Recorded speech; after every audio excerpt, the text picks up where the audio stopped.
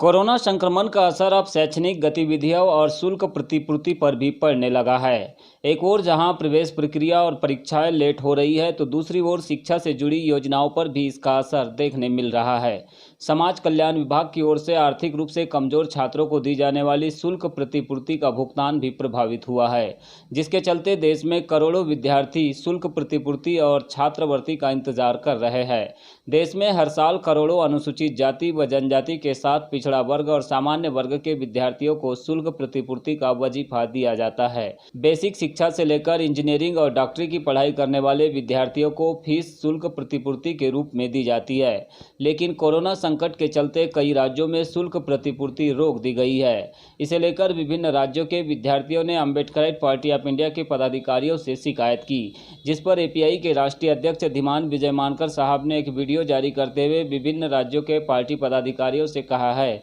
कि वे शुल्क प्रतिपूर्ति और छात्रवृत्ति की बेसिक समस्याओं को ध्यान में रखकर राज्य और केंद्र सरकार के कंपोनेंट की जानकारी जुटाए। इसके बाद किसने इसे रिलीज नहीं किया है, उस हिसाब से जानकारी लेकर पिटीशन करे और ज़रूरत पड़ने पर आंदोलन भी। यदि सरकार का डेटा ऑल इंडिया स्तर पर किसी के पास है तो उसे मुझे भी शेयर करे। मैं इस पर केंद्र सरकार को अलग से पिटीशन भी करूंगा, ताकि केंद्र सरकार की गलत आर्थिक नीतियों की वजह से जीडीपी को जो नुकसान हुआ है, उसके एवज में सरकार ने पेट्रोल और डीजल पर 3.25 लाख करोड़ का जो टैक्स वसूला है, उसमें से सरकार पर छात्रवृत्ति और शुल्क प्रतिपूर्ति में राशि जारी करने का दबाव बनाया जा सके। उन्होंने कहा है कि यदि शिक्षा नहीं होगी तो हमारा मानव विकास नहीं होगा, इससे देश की अर्थव्यवस्था पर भी गलत असर होगा। इसीलिए मोदी सरकार विद्यार्थियों के भविष्य के साथ खिलवाड़ न करे। राज्य सरकार भी इस दिशा में उचित कदम उठाए, ऐसी मांग उन्होंने की है। साथ ही पार्टी पदाधिकारियों को इस दिशा में छात्रों से संपर्क करते हुए उनकी समस्याओं के आधार पर राज्यों की सरकारों पर दबाव बनाने के लिए पिटीशन और आंदोलन करे, ऐसे निर्देश भी उन्होंने जारी किए हैं। मुझे काफ़ी स्टेट से जो है कुछ लोगों ने बताया है, पर्टिकुलरली विद्यार्थियों के संबंध में, कि उनकी जो स्कॉलरशिप्स है, फ्रीशिप्स है, अब्रॉड की जो स्कॉलरशिप्स है या ग्रांट्स है, उसमें जो है ये पीरियड में जो है वो लॉकडाउन पीरियड में जो सारा जो है डिस्टेबलाइज हुआ है, उसमें वो सारी चीज़ें जो है उनको प्रोवाइड नहीं हो रही है। और इसके वजह से उनको एजुकेशन को लेने में, जो भी ऑनलाइन चल रहे हैं, जो भी कोर्सेज चल रहे हैं, उसमें जो है उनको दिक्कत आ रही है। तो मैं अम्बेडकराइट पार्टी ऑफ इंडिया के वेरियस स्टेट के ऑफिस बेरर से कहना चाहूँगा कि वो ये चीज़ों को देख ले कि वो जो स्कॉलरशिप का कंपोनेंट है, उसमें स्टेट का कंपोनेंट कितना है, सेंट्रल का कंपोनेंट कितना है, ग्रेजुएट पोस्ट ग्रेजुएट के लिए, और जो एलिमेंट्री एंड 11-12 स्टैंडर्ड है या उससे नीचे वालों को भी यदि अगर स्कॉलरशिप्स और फ्रीशिप्स नहीं मिल रही है, तो उसमें स्टेट गवर्नमेंट का कंपोनेंट क्या है, सेंट्रल गवर्नमेंट का कंपोनेंट क्या है, इसको देख लीजिए। किसने उसको रिलीज नहीं किया ये देख लीजिए, स्टेट गवर्नमेंट्स ने नहीं किया या सेंट्रल गवर्नमेंट ने नहीं किया,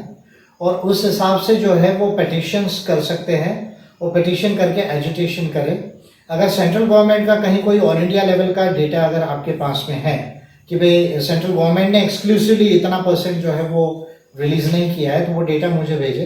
ताकि मैं सेंट्रल गवर्नमेंट को, गवर्नमेंट ऑफ इंडिया को जो है वो अलग से पिटिशन कर सकूं। और मैं पर्टिकुलरली सेंट्रल गवर्नमेंट ने अगर रिलीज़ नहीं किया तो मैं मोदी सरकार से कहना चाहूँगा कि वैसे इकोनॉमिक कंडीशन तो आपकी गलत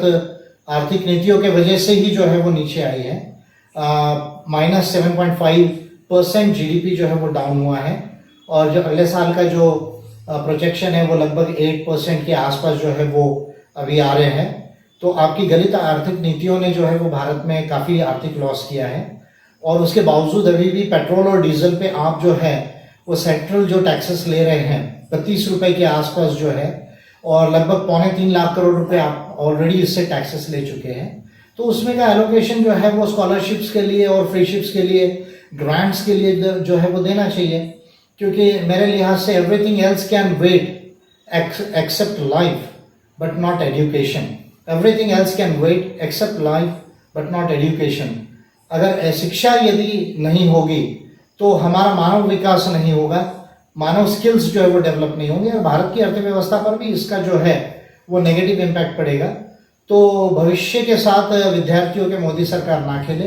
राज्य सरकारें भी जो है वो इसके तरफ विशेष ध्यान में दें, और अम्बेडकराइट पार्टी ऑफ इंडिया के जो ऑफिस बेरर्स है वो विद्यार्थी उनसे कॉन्टैक्ट करें, और अगर उनके पास डेटा है, जैसे मैंने बताया कि कौन से साल से नहीं मिली, स्टेट गवर्नमेंट का कंपोनेंट है या सेंट्रल गवर्नमेंट का कंपोनेंट है, इसको जो है वो क्लियर कर ले और पेटिशन करके इस पर एजिटेशन किया जा सकता है। धन्यवाद।